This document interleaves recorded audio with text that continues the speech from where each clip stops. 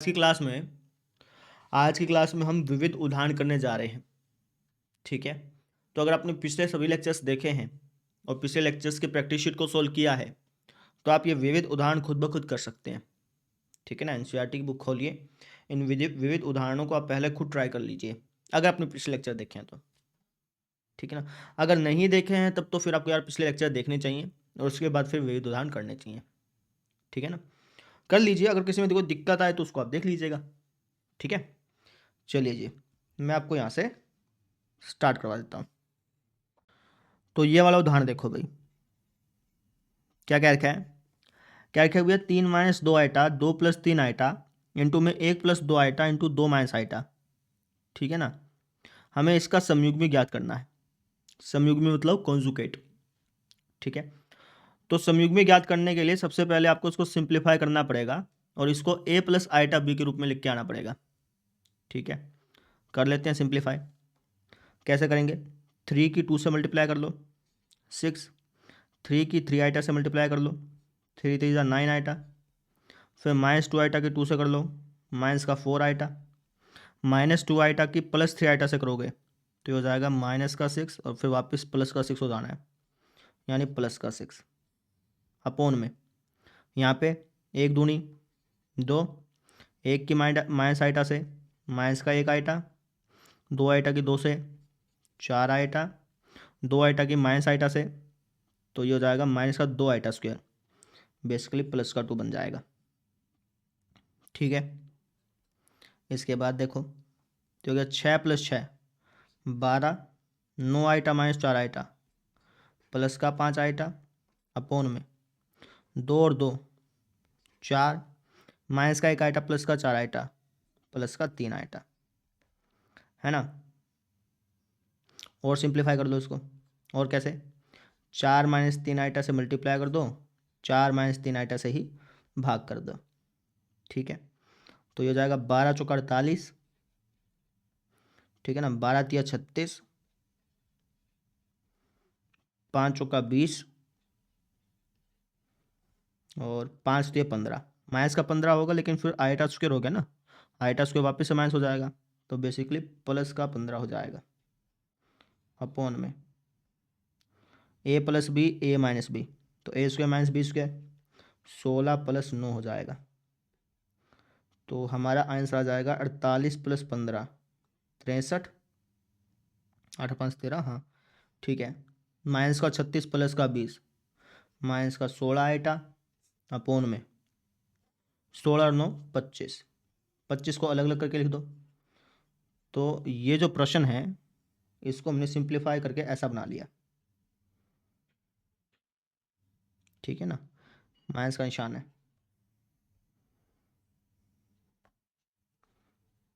ठीक है, अब इसका हमें संयुग्मी निकालना है। संयुग्मी क्या होता है, संयुग्मी में जो काल्पनिक भाग होता है ना उसके आगे जोन सा निशान लगाए वो बदल जाता है। जैसे यहाँ पे माइनस का निशान लगाए तो जब हम इसका संयुग्मी निकालेंगे तो ये प्लस का निशान हो जाएगा, बदल जाएगा निशान। ठीक है, तो लिख देते हैं, तो समयुग्मी, समयुग्मी क्या हो जाएगा हमारा, यहाँ पे माइनस का निशान है, बस यहाँ पे प्लस का निशान हो जाएगा, यानी हमारा आंसर आ गया 63/25 प्लस 16 आइटा बटा 25। ये हमारा फाइनली आंसर आ गया। ठीक है, और आशा करते हैं इसको देखने की जरूरत नहीं पड़ी होगी क्योंकि सिंपल सा था, आप खुद ट्राई करते ना तो आराम से निकाल लेते।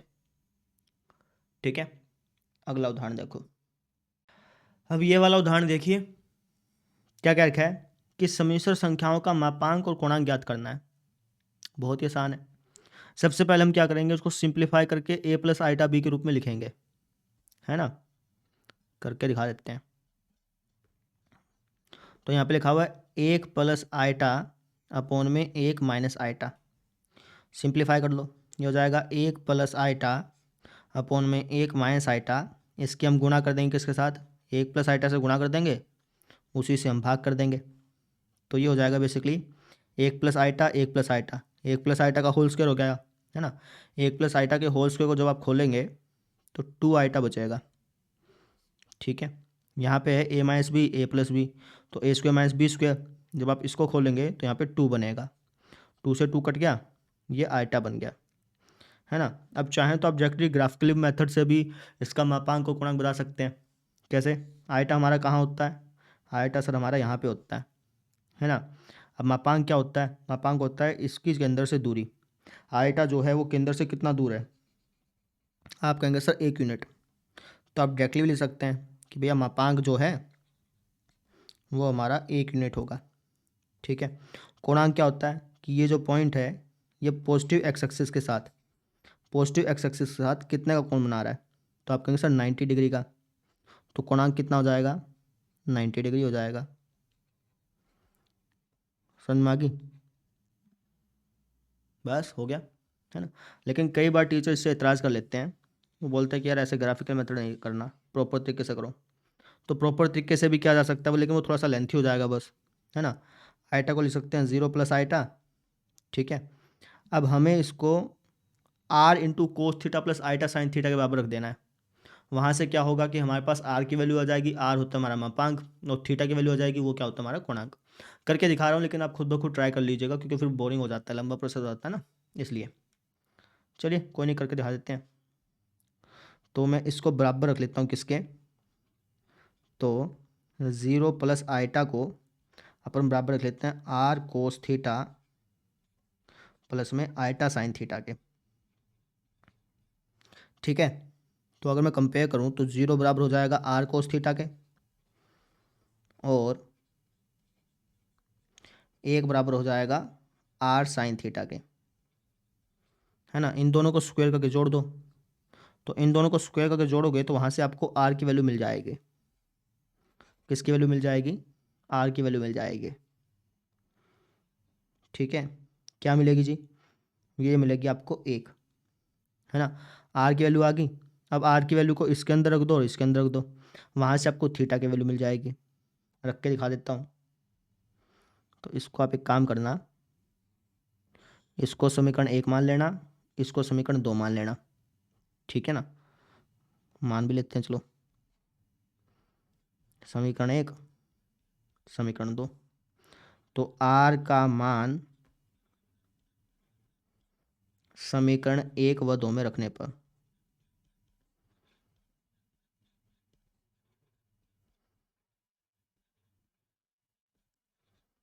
तो अगर मैं आर का मान समीकरण 1 और समीकरण 2 में रखूँगा तो मेरे पास वैल्यू क्या आ जाएगी? मेरे पास आ जाएगा 0 बराबर कोस थीटा, और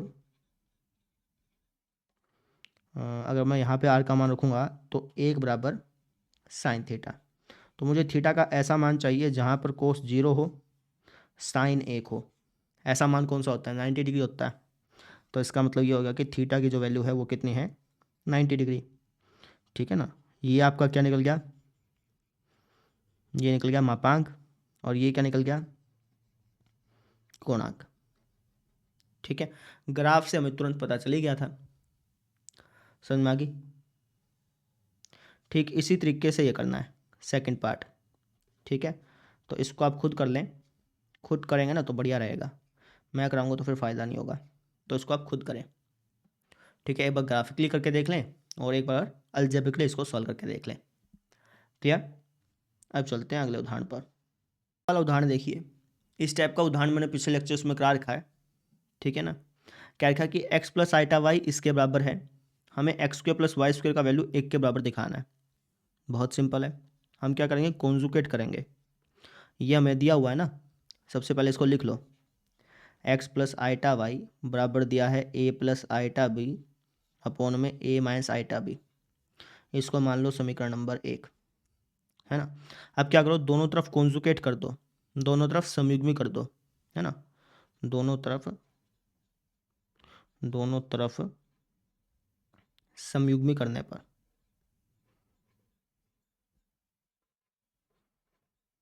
ठीक है। तो अगर आप दोनों तरफ संयुग्मी कर देते हैं तो इसका संयुग्मी क्या होगा? आप कहेंगे sir x minus iota y. इसका संयुग्मी क्या हो जाएगा? a minus iota b. जब मैं संयुग्मी की प्रॉपर्टीज़ बता रहा था तो मैंने बताया था कि अगर कभी भी किसी भाग वाली संख्या का संयुग्मी करेंगे तो उसमें ऊपर वाले का भी संयुग्मी होगा, नीचे वाले का भी संयुग्मी होगा।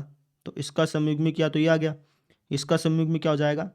ए प्लस आइटा बी, ठीक है ना। इसको मान लो समीकरण नंबर 2, ठीक है। ये तो हो गई आपकी समीकरण नंबर 1 और ये हो गई आपकी समीकरण नंबर 2। अब इन दोनों समीकरणों को गुणा कर दो।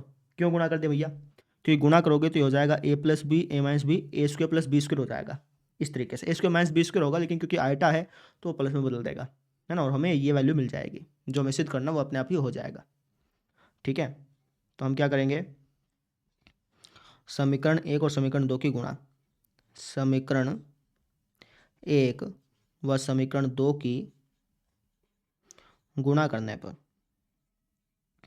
क्या करने पर, गुणा करने पर, तो इनके गुणा कर देते हैं। तो यह है ए प्लस आइटा बी ए माइनस आइटा बी, तो ये हो जाएगा ए स्क्वायर माइनस, अगर हम आइटा वाई का स्क्वायर करेंगे तो आइटा का स्क्वायर तो माइनस पहले से होता है, आइटा का स्क्वायर करें तो माइनस हो ही जाएगा, माइनस यहाँ पे लगाए हुआ है तो बेसिकली प्लस हो जाएगा। अच्छा, अगर आप इसकी गुणा करेंगे तो क्या मिलेगा आपको, आप चाहें तो करके देख सकते हैं।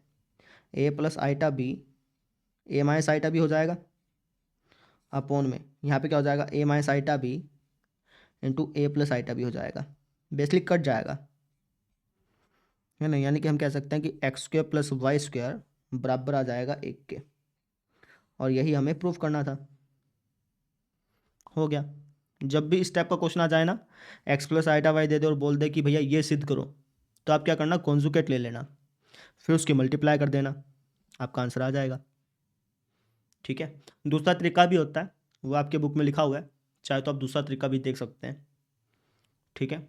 अब चलते हैं उदाहरण नंबर 15 पे। ये वाला क्वेश्चन देखिए, अच्छा क्वेश्चन है। क्या क्या लिखा है, क्या लिखा है कि थीटा का वास्तविक मान बताना है, ठीक है।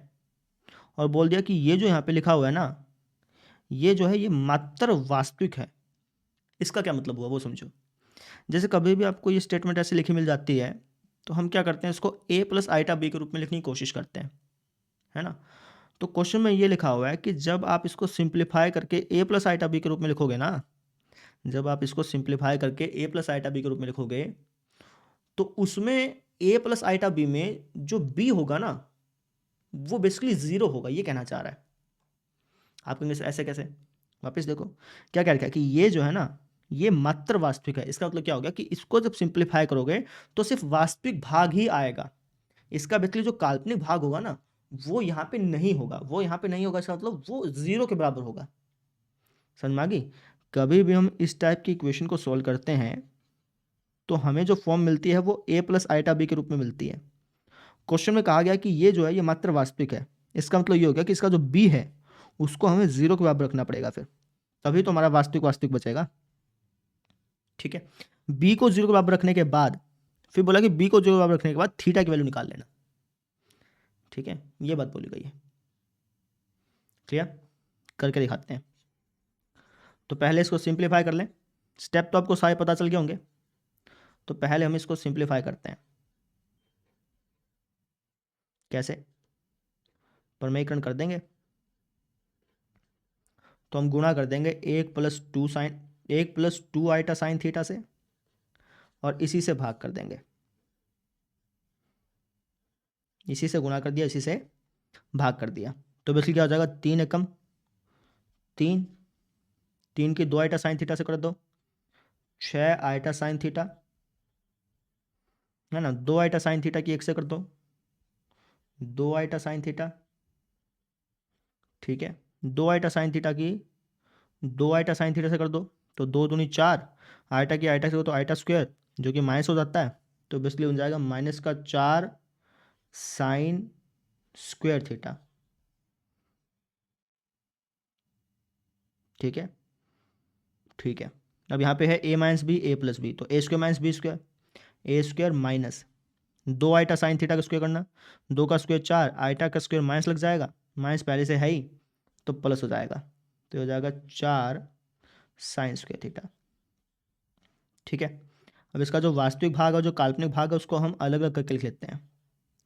तो बेसिकली ये कुछ ऐसा हो जाएगा, कैसे, 3 और -4 साइन स्क्वायर थीटा, इसको तो इकट्ठा लिख लो, है ना। 3 - 4 साइन स्क्वायर थीटा क्योंकि ये तो वास्तविक भाग है, इसके बटे में चल जाएगा 1 + 4 साइन स्क्वायर थीटा, है ना। जो काल्पनिक भाग है उसमें से आइटा कॉमन ले लो, तो ये हो जाएगा 6 साइन थीटा प्लस में 2 साइन थीटा अपोन में 1 + 4 साइन स्क्वायर थीटा। अब इसमें काल्पनिक भाग कौन सा है, तो आप कहेंगे सर इसमें जो काल्पनिक भाग है वो ये है, पूरा का पूरा होगा ना, इतना इतना थोड़ी होगा, पूरा पूरा होगा, ठीक है। अब हमें इस क्या करना है, इस काल्पनिक भाग को 0 के बराबर रखना है, रख देते हैं। तो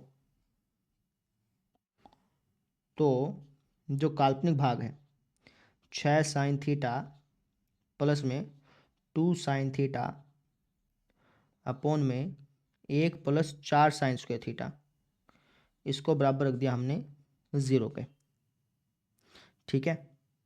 अब इन दोनों की भाग करने पे 0 आ रहा है, ऐसा कब संभव है, जब ये 0 हो ऊपर वाला, ठीक है ना। तो ऊपर वाले को अपन 0 के बराबर रख लेते हैं, है ना। तो इसका मतलब ये हो गया कि 6 साइन थीटा प्लस में 2 साइन थीटा ये बराबर हो गया 0 के, ठीक है। आप कहेंगे सर बिल्कुल ठीक है, इसमें से क्या कॉमन ले सकते हैं, 2 साइन थीटा कॉमन ले लें, बिल्कुल ले सकते हैं। यहाँ पे क्या हो जाएगा 3 प्लस यहाँ पे क्या हो जाएगा 1, है ना। या फिर आप वैसे समझ सकते थे 6 sine theta plus 2 sine theta 8 sine theta हो जाता था, यहाँ पे भी 8 साइन थीटा हो जाएगा, बस उसको सिंप्लीफाई कर लो और कुछ नहीं है ना। तो बेसिकली मैं कह सकता हूँ कि साइन थीटा बराबर हो जाएगा 0 के, 8 साइन थीटा होगा ना, 8 को नीचे लेके, तो साइन थीटा बराबर 0 हो जाएगा, ठीक है। अब साइन थीटा 0 के बराबर कब होता है, आप कहेंगे सर n पाई पे, पाई के मल्टीपल पे ना, पाई फिर 2 पाई 3 पाई 4 पाई 5 पाई, पाई के एवरी इंटीग्रल मल्टीपल पे साइन हमारा 0 होता है, ठीक है। ये आ गया आपका आंसर, क्लियर। रिकैप कर देता हूँ, ध्यान से समझिए। क्या रखा कि भैया थीटा का वास्तविक मान बताइए, हमें थीटा का रियल वैल्यू बताना है, और बोल दिया कि थीटा का वास्तविक मान बताइए जब ये जो है ना इसका सिर्फ वास्तविक ही मान आए, ठीक है। तो हमने क्या किया, सबसे पहले इसको सिंप्लीफाई किया, सिंप्लीफाई करने के बाद जो काल्पनिक भाग था उसको 0 बराबर रख दिया, क्यों, क्योंकि क्वेश्चन में क्या लिखा था ना कि इसको सिंप्लीफाई करने पर सिर्फ वास्तविक भाग ही आना चाहिए, ठीक है। तो वास्तविक भाग ही आना चाहिए, तो इसके लिए हमें क्या करना पड़ेगा, काल्पनिक भाग को 0 बराबर रखना पड़ेगा, इसको 0 बराबर रखा, सिंप्लीफाई किया, इसको सिंप्लीफाई किया, थीटा का वैल्यू आ गया, क्या आ गया n पाई, ठीक है ना, बस हो गया, क्लियर। चलिए जी अगला प्रश्न। अब ये वाला प्रश्न देखिए, अच्छा प्रश्न है, ठीक है, क्योंकि ये क्वेश्चन जो है ये जो हम स्टडी मटेरियल कराते हैं ना कोर्स में एलन का, तो उसमें भी ये क्वेश्चन आया हुआ है, ठीक है। जो IIT JEE की प्रिपरेशन कराते हैं तो उसमें भी ये क्वेश्चन दिया हुआ था, तो अच्छा क्वेश्चन है, ठीक है, मुश्किल नहीं है, कभी आप समझे कि यार मुश्किल नहीं, आसान है, अच्छा है। क्या रखा कि आइटा -1 अपोन में कोस π/3 प्लस आइटा साइन π/3, इसको अपने को ध्रुवीय रूप में बदलना है, ठीक है। अब ध्रुवीय रूप में बदलने के लिए सबसे पहले इसको a प्लस आइटा b के रूप में लिखना पड़ेगा, है ना, यानी कि इसको सिंप्लीफाई करना पड़ेगा, कर देते हैं। हमें क्वेश्चन दे रखा है आइटा -1 अपोन में कोस π/3, कोस π/3 कितना होता है 1/2, साइन π/3, साइन π/3 कितना होता है √3/2, इसका एलसीएम ले लो, एलसीएम लोगे तो हो जाएगा आइटा -1 अपोन में, इसका एलसीएम आ गया 2, है ना, 2 बेसिकली ऊपर चल जाएगा, तो ये कुछ ऐसा दिखेगा आपको, यहाँ पे बचेगा ऐसे, इसको और सिंप्लीफाई करो, 2 - 2 2 आइटा -2 आ गया, ऊपर जब हम मल्टीप्लाई करेंगे इसके तो हो जाएगा 2 आइटा -2, ठीक है, अपोन में क्या है 1 + √3 आइटा, इसको और सिंप्लीफाई करना पड़ेगा, तो इसलिए 1 - √3 आइटा से गुणा कर दिया, उसी से भाग कर दिया, तो जब हम इसको सिंप्लीफाई करेंगे तो ये आएगा 2 आइटा 2 की -√3 से करोगे तो माइनस का 2√3, लेकिन क्योंकि आइटा स्क्वायर है तो प्लस का हो जाएगा, ठीक है, सिर्फ प्लस का 2√3 हो जाएगा, क्योंकि वो तो आइटा स्क्वायर हो गया ना, इसलिए -2 की इससे गुणा कर लो माइनस का 2, -2 की इससे गुणा कर लो प्लस का 2√3 आइटा, ये हो गया। अपोन में क्या है a + b a - b, तो a² - b² करोगे तो क्योंकि आइटा स्क्वायर हो जाएगा तो वो प्लस हो जाएगा ना, इसलिए ऐसा हो गया। अच्छा जी, अब जो वास्तविक भाग है उसको इकट्ठा लिख लो, 2√3 - 2, जो काल्पनिक भाग है उसको इकट्ठा लिख लो, ठीक है, प्लस में आईटा इंटू 2 प्लस में 2√3 अपॉन में क्या है 4, है ना। 2 कॉमन ले लो, 2 कॉमन ले लो, ठीक है, तो भाग हो जाएगा बेसिकली इससे। तो ये आ जाएगा हमारा √3 -1 प्लस का आईटा √3 + 1, है ना, अपॉन में 2 अपॉन में 2 को अलग अलग करके लिख लिया ना, इसलिए। तो ये हमारी a प्लस आईटा b के रूप में इक्वेशन बन के तैयार होगी। अब इसको ध्रुवीय रूप में बदलना है। ध्रुवीय रूप में बदलना मतलब, तो अब हम क्या करेंगे, अब हम इसको बराबर रख देंगे। किसके बराबर रख देंगे, अभी लिखते हैं, 2 मिनट रुकिए।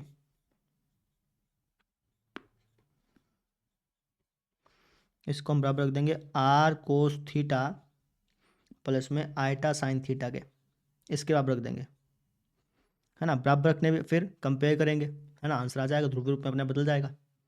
ठीक है, एक काम कर लो, इसको अलजेब्रिकली सोल्व करने से पहले एक बार इसको ग्राफिकली थोड़ा सा सोल्व कर लो ताकि अंदाजा लग जाए, है ना। तो ग्राफिकली इसका क्या मतलब है, यह है √3 - 1/2।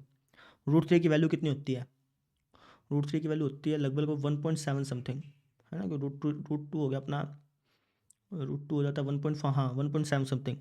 तो उसमें से 1 घटाना, तो 0.7, उसका आधा कर दो, 0.35 समथिंग, यानी एक्स पे तो इतना चलना है 0.35, ठीक है ना, बहुत थोड़ा हो गया तो। और वाई पे कितना चलना है, ये हो जाएगा 1.7 + 1 2.7/2, मतलब लगभग 1.5 के आसपास हो गया। तो कहने का मतलब ये जो पॉइंट है ये कहीं यहाँ पे पाएगा, अंदाजा से लिखना है ना अपने को। तो ये जो पॉइंट है ये बेसिकली यहाँ पे है, ठीक है। इस पॉइंट के केंद्र से दूरी तो अपन पता कर ही लेंगे, कोई दिक्कत नहीं है ना। एंगल पता कर लेंगे तो अपने आप ही ध्रुवीय रूप में चेंज हो जाएगा। अब एंगल कैसे पता करें वो समझो। एंगल पता करने के लिए ये डिस्टेंस देखनी पड़ेगी। ये डिस्टेंस कितनी है, आप कहेंगे सर ये डिस्टेंस हमारी √3 - 1/2, ठीक है। और ये डिस्टेंस कितनी है, ये डिस्टेंस है सर हमारी √3 + 1/2, है ना। लंब बटा आधार, टेंजेंट थीटा क्या हो जाएगा हमारा, लंब बटा आधार। लंब हमारा ये है, आधार ये है, इन दोनों को जब बटे में लिखोगे तो 2 से 2 कट जाएगा, बेसिकली हमारा ये बन जाएगा, ठीक है, समझ में आ गई। ठीक है जी। अब आपको ये देखना है कि भैया टेंजेंट थीटा ऐसा कब हमें वैल्यू देता है, ये हमें देखना है ना, कौन से एंगल पे। थीटा की वैल्यू क्या रखे कि ये माना जाए, ठीक है। तो आपको बता देता हूँ, थीटा का वैल्यू 75 डिग्री होता है, टेंजेंट 75 डिग्री पे ये वैल्यू देता है ना। आप चाहें तो खुद वेरीफाई भी कर सकते हैं। कैसे, आप 60 + 15 कर सकते हैं या फिर 30 + 45 भी कर सकते हैं। टेंजेंट 30 + 45 डिग्री का वैल्यू निकाल के देख लीजिए, 45 + 30 का निकाल के देख लो, ठीक है। अगर आप टेंजेंट a + b का वैल्यू निकालेंगे ना, टेंजेंट 75 को मैं टेंजेंट 45 + 30 लिख सकता हूँ। अगर मैं इसका वैल्यू निकालूंगा तो यही आएगा, चाहे आप करके देख लो, है ना, आप चाहे करके देख लो, यही आएगा। मैं करके नहीं दिखा रहा क्योंकि वो खिचड़ी सी बन जाएगी, है ना। नहीं तो आप डायरेक्टली ध्यान भी रख सकते हैं कि भाई टेंजेंट थीटा ऐसा कब होता है, 75 डिग्री पे होता है, ठीक है। मैंने कराया नहीं शायद, मैंने आपको जब त्रिकोणमिति वाला चैप्टर कराया था तो उस दौरान मैंने आपको 15, 30, है ना, और 36, 72, 18, 54 इतने वाले एंगल बताए थे, 75 नहीं आया था। कोई बात नहीं, आप ध्यान रख लीजिए कि √3 + 1 अपॉन में √3 - 1, ये किस पे होता है, टेंजेंट 75 पे होता है। यानी कि जो एंगल बनेगा वो 75 का बनेगा, ये हमें यहीं से पता चलेगा ग्राफ से ही, ठीक है। तो ग्राफ से तो डायरेक्टली आप लिख नहीं सकते, प्रॉपर लिखना पड़ेगा आपको। लिख देते हैं, सबसे पहले तो अपन आर निकाल लेते हैं, है ना। आर कैसे निकलेगी, तो सबसे पहले इसको तुलना कर लो। आर कोस थीटा ये बराबर हो जाएगा √3 - 1/2 और आर साइन थीटा ये बराबर हो जाएगा √3 + 1/2। अब इन दोनों का स्क्वायर करके जोड़ना होता है, वो फिर हमारी आर की वैल्यू निकलती है। तो आप खुद ब खुद कर लीजिएगा, इसका स्क्वायर और इसका स्क्वायर करके जोड़ दीजिएगा, जोड़ेंगे तो आपको आर की वैल्यू मिल जाएगी। मैं डायरेक्टली लिख देता हूँ, आर की वैल्यू आपको √2 मिलेगी, ठीक है। आप इसका स्क्वायर और इसका स्क्वायर करके जोड़ दीजिएगा, आपको ऐसे ही मिलेगी, ठीक है। ठीक है जी, ये हमारी आर की वैल्यू आ गई, है ना। थीटा की वैल्यू हमें पता थी है ना, लेकिन इसको प्रॉपर्ली लिखना पड़ेगा। कैसे, आप कहना आर का मान समीकरण समीकरण 1 व 2 में रखने पर आप कहेंगे सर समीकरण 1 व 2 कौन सी है? ये वाली, ठीक है।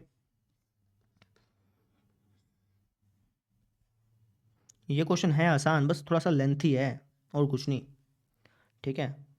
में रखने पर तो इस आर का मान यहाँ पे रख देते हैं, यहाँ पे रख देते हैं, तो कोस थीटा क्या हो जाएगा? ये √2 नीचे आ जाएगा, तो कोस थीटा हमारे पास हो जाएगा क्या? √3 - 1/2 और साइन थीटा हमारा हो जाएगा √3 + 1/2 अब हमें थीटा का ऐसा मान चाहिए था जहाँ पर कोस ये दे और साइन ये दे, तो हमें तो पता चल ही चुका 75 डिग्री, है ना। डायरेक्टली लिखना होता आपको, तो करके थोड़ी दिखाना होता कि कैसे पता चला। 75 को रेडियन में बदल लेना, 5π/12 होता है, ठीक है। थीटा आ गया, आर आ गया, ध्रुवीय रूप में आप आराम से बदल सकते हैं, है ना। बदल देते हैं, तो ये हो जाएगा हमारा आर क्या है? √2 कोस 5π/12 प्लस में आयटा साइन 5π/12, ये हमारा आंसर आ गया, ठीक है। रिकैप कर देता हूँ, ये क्वेश्चन देखो तब आएगा जब आप खुद निकालेंगे, है ना। रिकैप कर देते हैं, उसे ध्यान से समझिए। इसको बोला था कि ध्रुवीय रूप में लिखें, तो सबसे पहले मैंने इसको a + आयटा b के रूप में लिखा, है ना। अब ध्रुवीय रूप में लिखने के लिए इसके बराबर रखना होता है, रखा, कंपैरिजन किया, कंपैरिजन करके स्क्वायर करके जोड़ा तो आर की वैल्यू आ गई। आर की वैल्यू आने के बाद फिर मैंने इसके अंदर और इसके अंदर रख दिया, है ना। तो रखने के बाद कोस थीटा इतना आ गया, साइन थीटा इतना आ गया। अब थीटा की वैल्यू निकालनी थी, तो थीटा 75 डिग्री पे जब हम कोस 75 रखेंगे तब ऐसा होगा, साइन 75 रखेंगे तब ऐसा होगा। तो थीटा की वैल्यू कितना आ गई? 75। 75 को रेडियन में चेंज कर लिया, जो कि ऐसा हो गया, ठीक है। ये आपको याद ही रखना पड़ेगा कि भाई साइन 75 पे इतना होता है, कोस 75 पे इतना होता है, टेंजेंट 75 पे इतना होता है, ठीक है ना। जैसे अपने ने वो याद नहीं किए थे 36, 54, 72 वाले, उसी तरीके से ये 75 है ना। 75 का आप कैसे निकाल सकते हो उसका मैंने तरीका बता दिया, 45 + 30 करके निकाल लेना, यही आएगा, ठीक है। बस इसके बाद फिर ध्रुवीय रूप में चेंज हो गया, क्लियर। तो इस तरीके से हमने ये उदाहरण कर लिया। अब आप क्या करिएगा, इसके जो क्वेश्चन है ना इसको खुद ट्राई कर लीजिएगा, समझ में आ गई। ये क्वेश्चन तभी आते हैं जब आप खुद ट्राई करते हैं, सारे के सारे क्वेश्चन खुद ट्राई कर लीजिएगा।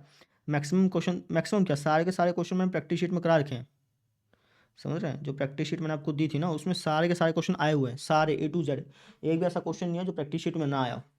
अगर आपने मन लगा के प्रैक्टिस शीट सॉल्व की है ना तो आप ये सारे के सारे क्वेश्चन कर चुके होंगे, ठीक है। नहीं की तो अलग ही मैटर है, ठीक है।